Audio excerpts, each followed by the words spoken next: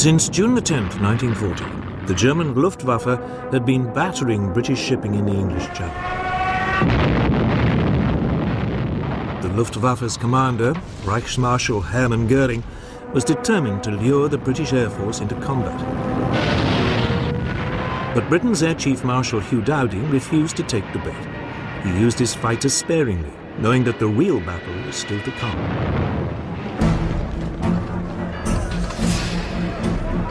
As this first phase of the Battle of Britain began, the Luftwaffe had a massive superiority in numbers.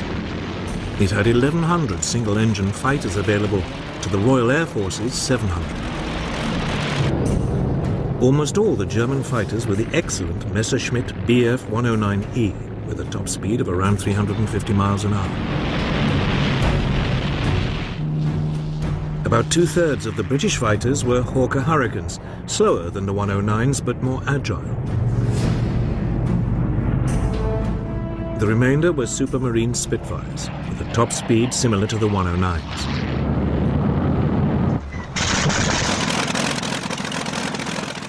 For their assault, the Germans had over 1,300 medium bombers, Dornier Do-17s, Heinkel HE-111s and Junkers Ju-88s, each carrying about 4,000 pounds of bombs.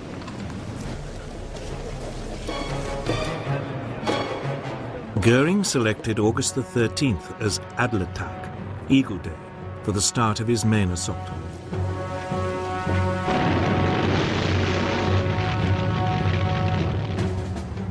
His aim was to destroy RAF fighters in the air and the RAF's airfields and Britain's aircraft factories.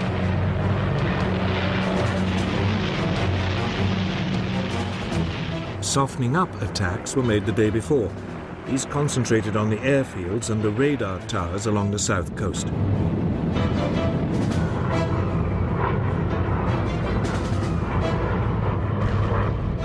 One station on the Isle of Wight was put out of action, and several were damaged, but these were working again within hours. Göring did not believe that radar had a significant role to play in the battle, and so these attacks were not repeated. It was a big mistake. Adlertag dawned cloudy, so the main assault was postponed until the afternoon. When it came, radar gave ample warning. Slow-mass calling. Planes heard 3 miles southwest.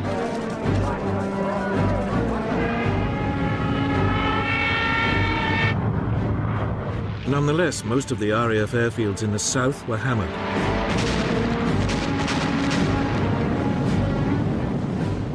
But by the end of the day, none had been put out of action. The Luftwaffe lost 46 aircraft. Britain, just 13.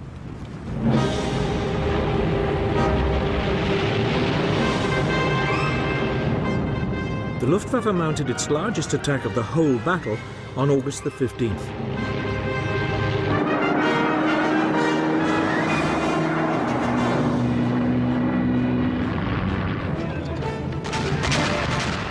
Waves of heavily escorted German bombers forced their way through to the RAF airfields. The RAF was so overstretched that some pilots flew 7 sorties that day. By the time the raids died away, some 90 German aircraft had been shot down for the loss of 42 British fighters.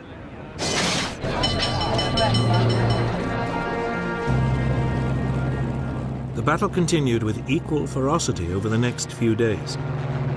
Both sides became increasingly exhausted.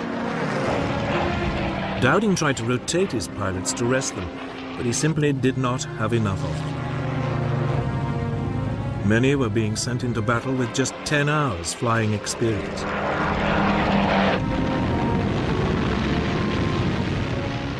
The Luftwaffe was suffering too. Its pilots were shocked and increasingly demoralized by the resilience of the British. The RAF fighters always seemed to be waiting for them.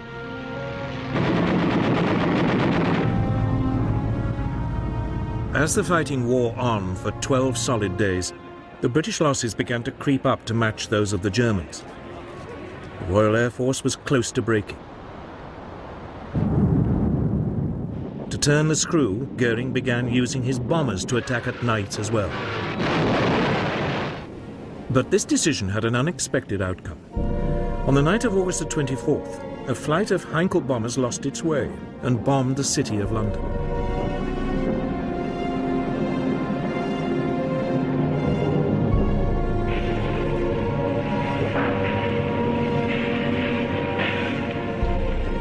It was the first attack on a non-military target. The next night, 81 British bombers responded by raiding Berlin.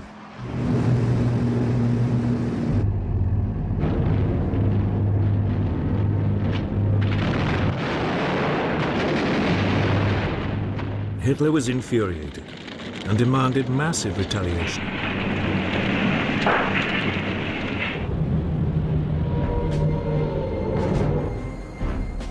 This came on the evening of September the 7th. German bombers attacked the London docks and surrounding areas. More than 450 people died and thousands of homes were destroyed. But in fact, this was Goering's second crucial mistake. By switching from the RAF's airfields just at the moment when it seemed about to break, he gave it the respite it needed. Had Goering continued to attack the airfields, the RAF could not have continued to defend the skies. Instead, on September the 15th, British radars picked up another massive assault on London. The first wave of 100 bombers and 400 fighters was intercepted. Fighting raged all the way from the coast.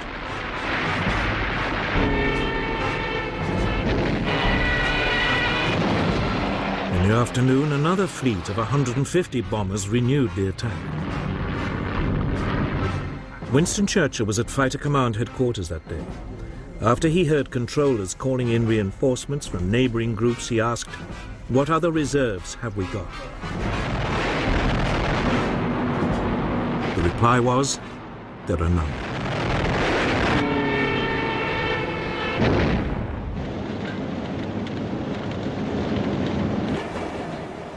But it was obvious that the Luftwaffe had failed to gain control of the air.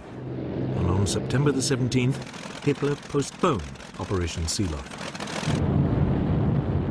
The Battle of Britain did not really end, it died away. Hitler now tried a new tactic. By October the 5th, the daylight raids stopped, and the Germans concentrated on bombing Britain's cities by night. This was the so-called Blitz. London was attacked every night but one, up to November the 12th. On November the 10th, the centre of the city of Coventry was obliterated.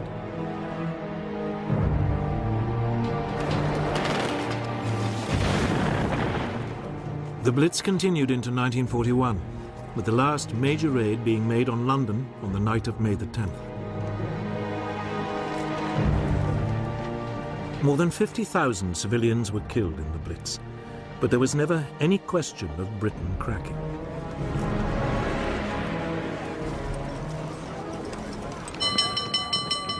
Victory in the Battle of Britain was a moment of huge national relief.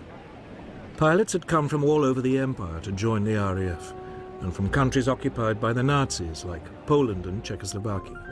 Churchill summed up the nation's gratitude. Never in the field of human conflict was so much owed by so many to so few. But for Hitler, this was no more than an irritating setback. Britain, he was convinced, could never be a serious threat. So he now turned to Eastern Europe. For Britain, there was now a chance to rebuild with a view one day to taking the fight to the enemy. But to do that, Churchill would need help.